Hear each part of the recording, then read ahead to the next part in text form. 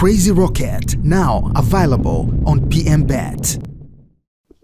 Ni kweli tunaingia tukiwa tuna goli 3. Kitu cha kwanza kabisa tunahitaji tupate magoli mengine zaidi, lakini tusiweze kuruhusu goli hata moja. Kwa hiyo tutaingia kwa umakini mkubwa sana kwa kuweza kupata matokeo hiyo nyumbani, lakini tusiweze kuruhusu goli lolote katika upande wetu.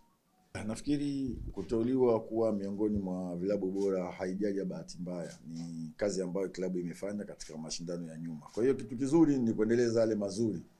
Kwa hiyo sisi tunataka tuendeleze haya mazuri ambayo kama alivyosema tuweze kuendelea kufanya vizuri kwenye mashindano haya na tuweze kupata tuzo kama hizi ambazo ziko mbele yetu.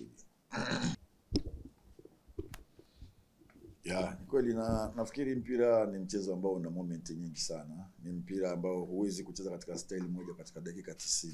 Lazima moment zote ziwepo. Kuna kipindi mpinzani atakubana, utacheza long ball, kuna kipindi utacheza. Kwa hiyo nafikiri ni vipindi ambavyo vilitukuta katika mechi iliyopita, lakini sisi kama Simba tunapenda tucheze mpira ambao ni mpira wa pasi, mpira wa kunani. Kwa hiyo nafikiri tulivyorudi kwenye uwanja wa mazoezi tuliweza kufanyia yale ambayo tuliona hayakuwa mazuri katika mchezo uliopita, na yale mazuri tuliweza kuyaongezea. Kwa hiyo nafikiri mechi ya kesho itakuwa ni mechi tofauti kabisa, tofauti na mechi ambayo iliyopita.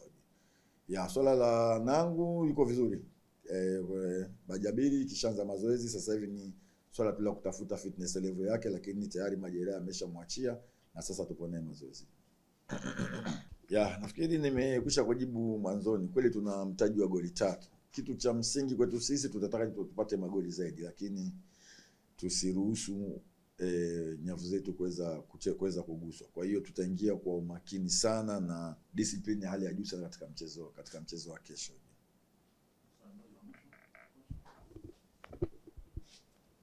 Kwanza ni wape pole kwa sababu mashabiki wa Simba wamekuwa na watu ambao kiukweli wamekuwa wakija kutupa support sana na wana utaratibu wa kuja kwa wingi sana uwanjani.